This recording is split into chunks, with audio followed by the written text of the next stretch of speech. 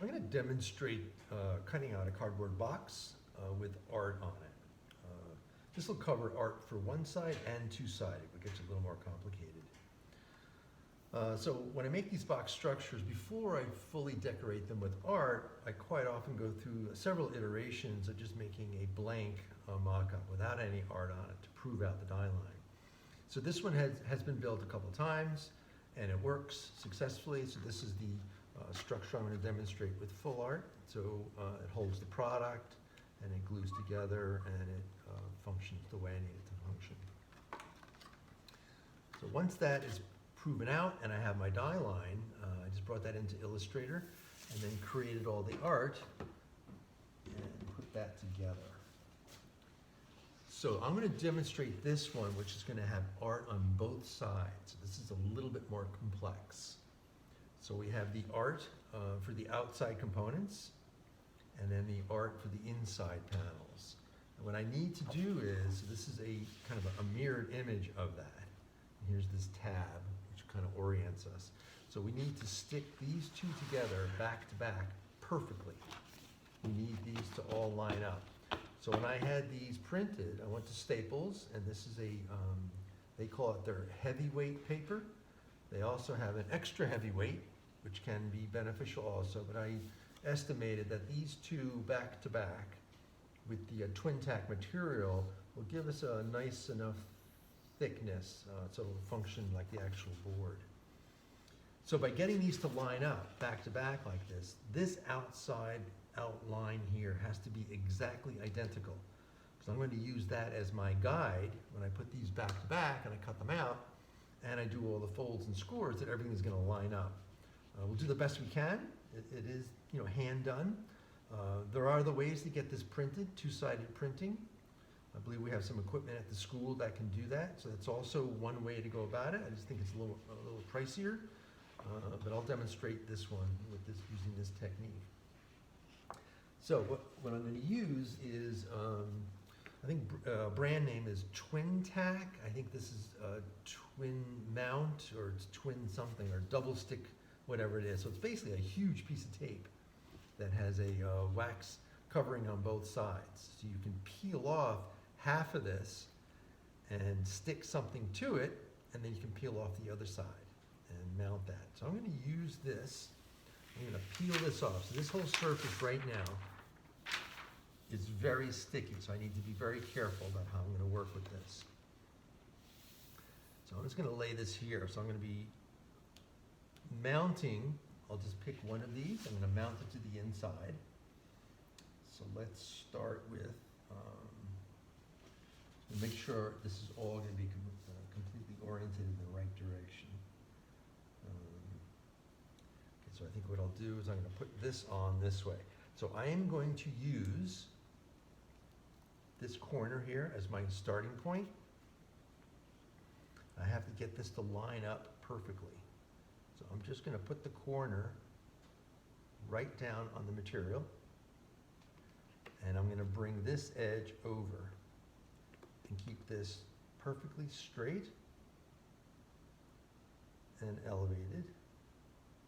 Once I get that lined up, I'm going to let this fall,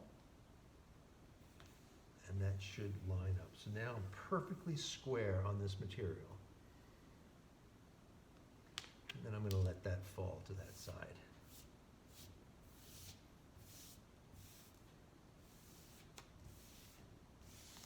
Oops, I have a bubble. Not good.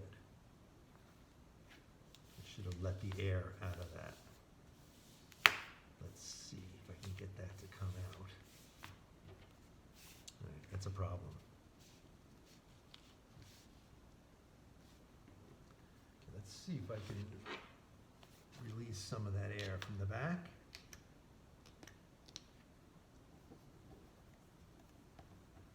So all I did was poke a hole in the material. I should have pressed that down a little bit more evenly. But I think we can get this to work. It's very, very sticky. I'm going to remove this excess piece of material right here, because this is just going to get annoying and be in the way. I can put that over here. Okay, so I think I saved that. It's adjourned. Okay, so we're good. So now I have this completely mounted to this side. So I'm going to do the reverse of that, but I said, just make sure I need to keep track. So you see, this is the mirror, so I have the larger hole on this side, and that's on that side. So if I turn this over and mount that on the back, that's how that's gonna fit. So I'm gonna double check that several times as I go through this process. So that'll go like this. Here's the large hole on this side, and the large hole on this side. So I will now remove this part. So now again, I have, this is all adhesive. So again, I'm gonna just put this corner into position, just the corner if I can. That way I can maneuver this down to this side. And I'm gonna try to keep this absolutely square. I could go along this surface too. They're both set up.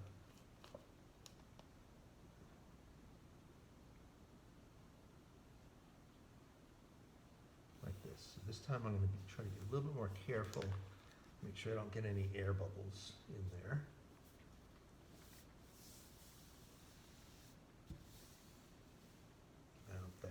Nice, like so. So this is critical. Everything else after this is pretty straightforward. This is getting all of this to line up. So let's hope I did that, and the final test will not. So that's a nice thickness. It feels very similar to the thickness of the original box board. A little bit of warping, not bad. Okay. So now I have that art lined up top and bottom. So the rest of this will be very similar to cutting out the structure that we did just in white.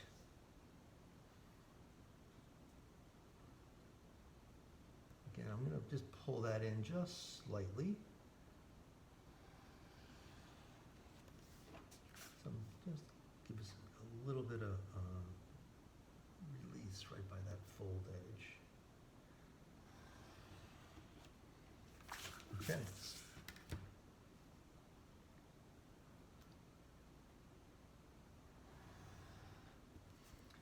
So the rest of this will be very similar to the other demo, the demonstration I did for the all-white box board structure. So this is very similar to a completely finished comp. And I know you're going to have some other classes where you cover off on that. This is still a bit of a markup. As you can see, I have my die line very light on here so I can see it, so it's easy for me. That would not be acceptable in a finished comp. Finished comp, quite often is used for photography, and it is very, very clean and well done. This is still part of the design process. Okay, I have a lot of my art bleeding on these edges, so I don't want to make sure that I'm cutting what I want. So again, this has the gusseted corners, which we're going to fold in. So we're going to have 4 of those.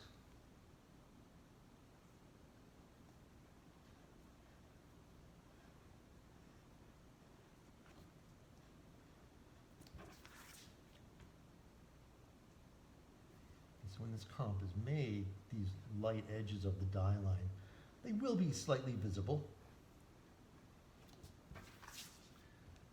It's a little less finished than a very final comp.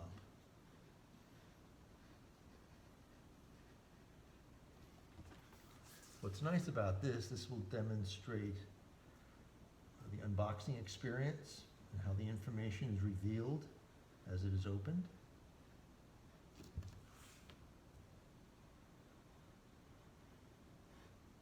Oops, slipped a little. So again, always keep the fingers away from the path of the blade. And I'm just going to go back and make sure I got this cut. So, this looks good. Now here I have the entire art from the combination of the front panels. So I am only gonna, at this point, I only want, let me get this straight edge in here, I only want the art that's on this piece. Because actually this 60 is coming from that panel over there. So we don't want that. So I'm just gonna be cutting this part here.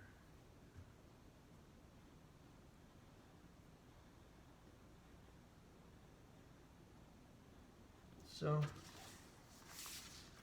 then this whole, I'm just gonna keep track, this whole top part comes along this edge. So I got a little bit of a shadow coming from the lighting here. Sometimes it's hard to see some of these edges. So your lighting, the environment that you're working in, it's important to make sure we can see clearly what we're cutting.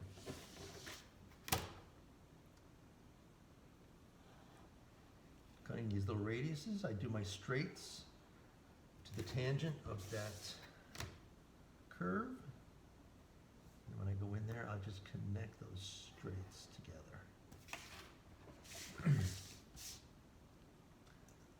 All right, so I'm just going to find the cut, come in there,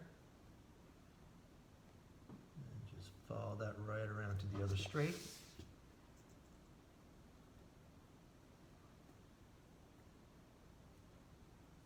Like so. So I got a few little straight edges in here.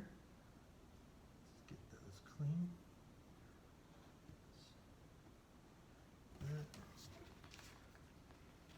Okay. Didn't quite come all the way. Okay.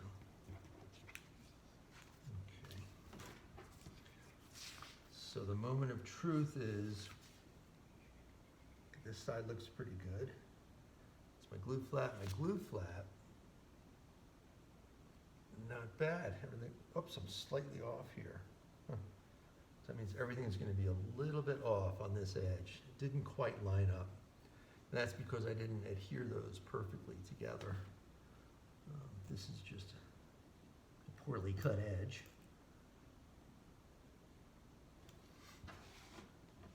Okay, so it's slightly off. Not bad, not bad. So let's remove these. The holes that contain the bottle.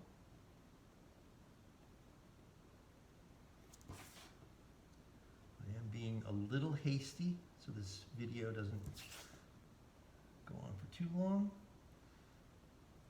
When you finally get to this point, it's a good idea to be patient, take your time.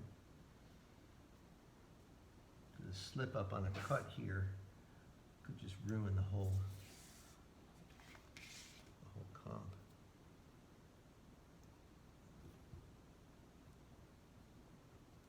I just broke the tip of the blade there.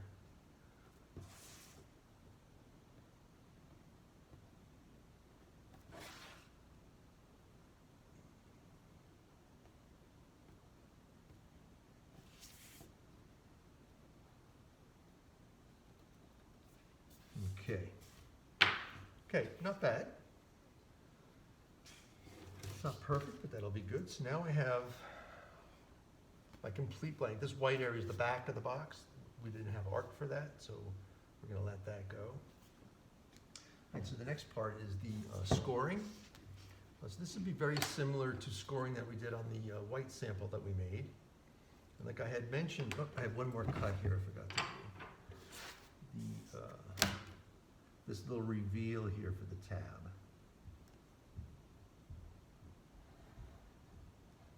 A little bit of a slit score here. And then again, that goes over the fold. So when the fold is made, that'll create that little space for the tab to fit in. Okay, so now I have the art on both sides, and I have the die line ready to go.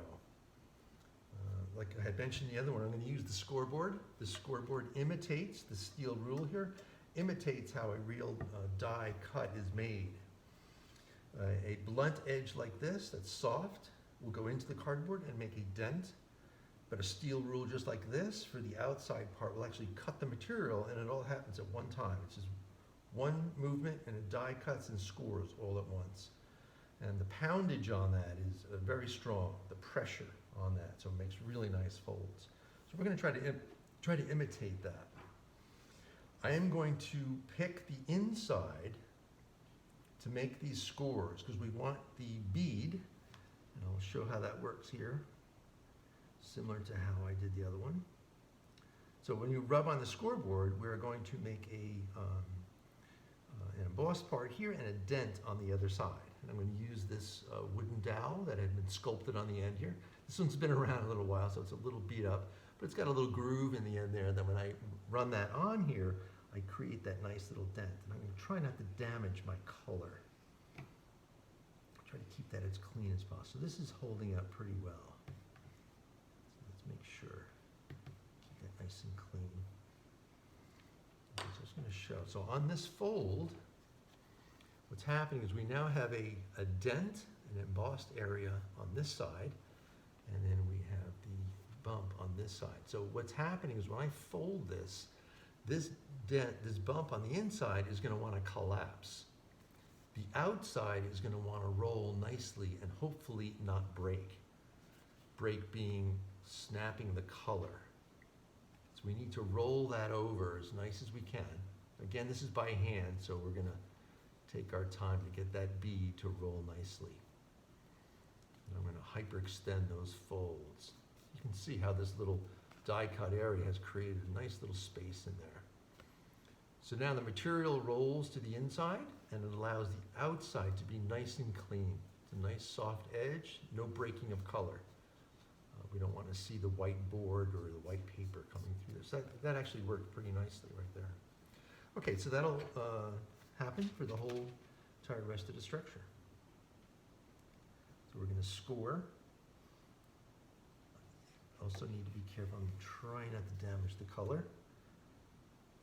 But it looks like the ink, so this is just from Staples. Looks like that ink is holding up very nicely. So the combination of these two cardboard pieces put together with the twin tack tape in between made this pretty thick. It's probably a little bit thicker than reality, but it's not bad. I like to go a little bit thicker. It makes the boxes that much more robust. You know, snapping and folding details are quite clean.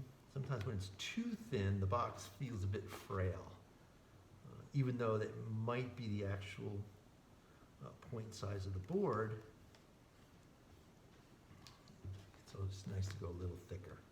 Now again, these are mock-ups, these are samples for meetings and presentations. So you kind of want the sample to give its best foot forward. Okay.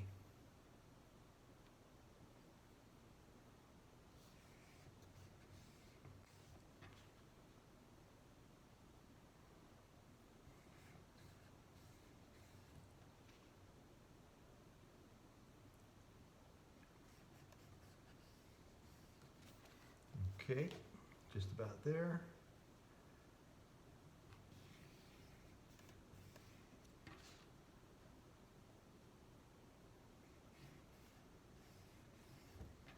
That color's holding up nicely. So these light gray lines, since they're right into the fold, they will almost vanish, so they won't be too distracting. Then again, a full colored comp that's done all the way. It's nice to not have those gray edges, which is hard to see when you're doing it by hand. So these are these little 45s and our gussets. Just estimating where they are. This.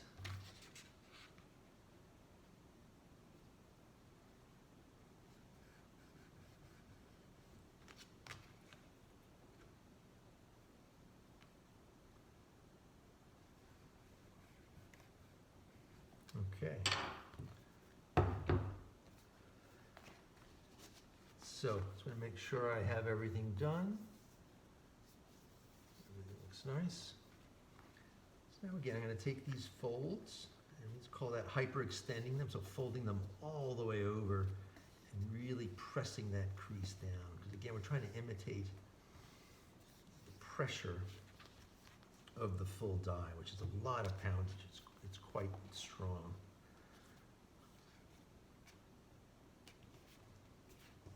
Okay, looks good.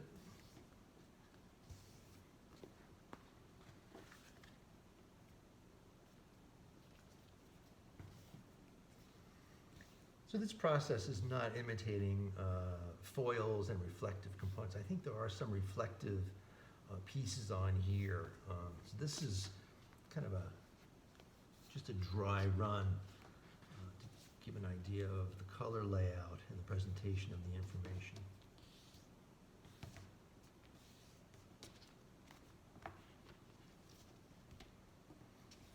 To do a full comp that has all your finishes, foils, hot stamping, and all that, we'd definitely have to use more sophisticated equipment, which I think they have at the school. I think this is relatively expensive. It does give a beautiful final comp.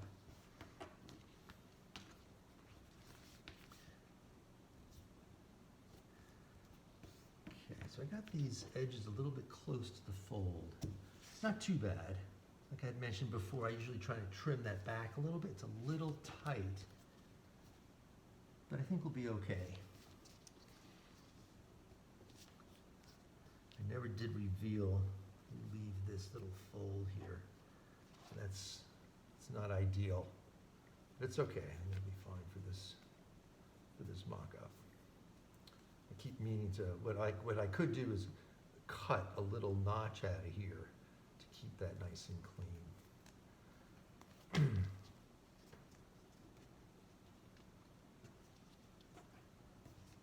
Okay. So these extra white panels are going to be the part that gets glued down. So we won't be seeing those. That gets glued into this position right here. Okay, give me one moment. Let me get my glue.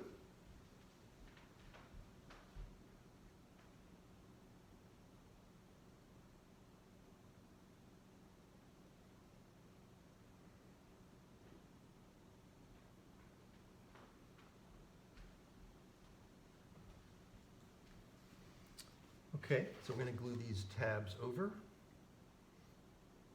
just going to use a little bit of Elmer's. Very small amount. I don't want this to ooze out and get all over the nice printing on here. So I'm just going to hold these corners down. Pull that in. In essence, just use a little bit of glue. It sets up pretty quick. Don't want to get it on my fingers and get it all over. So it's oozing out there a little bit, which is not great. I don't want to rub on that right now because it'll get all dirty. So let's just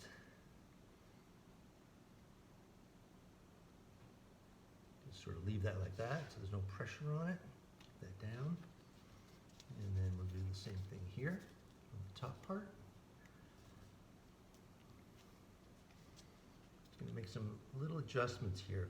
It is handmade, so it's not absolutely perfect. Okay.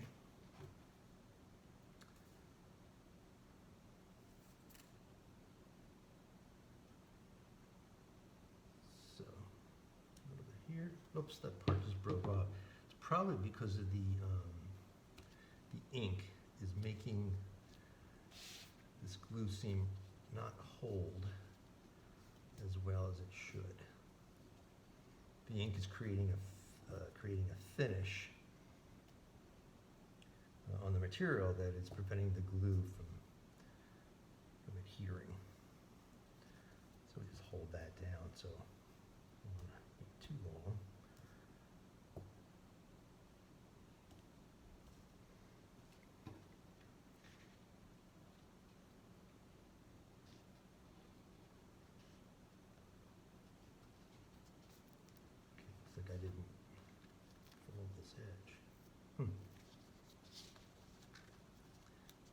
this edge needs to be folded into position.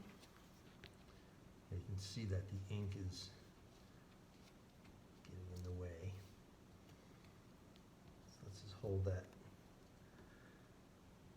for a second. That's drying. I'm just going to make sure that these are folding over nicely. It's not bad.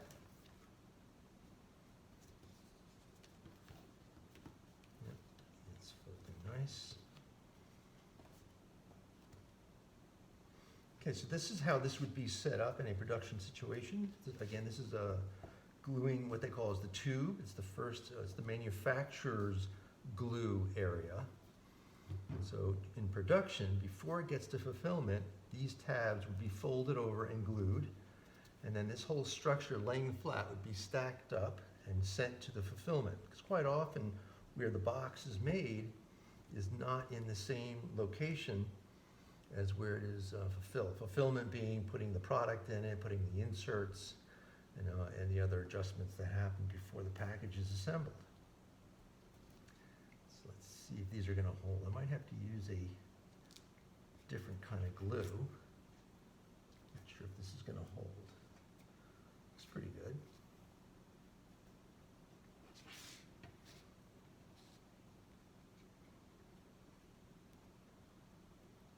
Okay.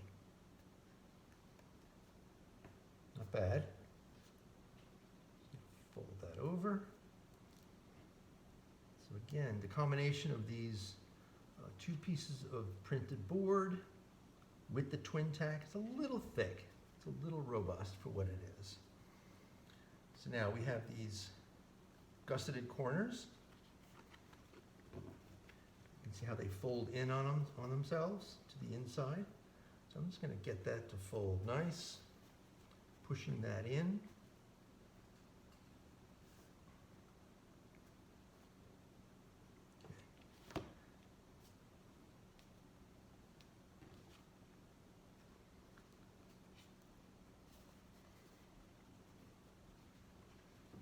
Getting those to fold in, and the glue is not holding. All right, so I'm probably going to have to use a different kind of glue to get that to work.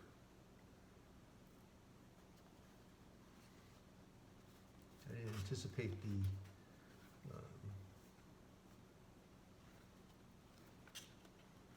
glue not sticking to the ink.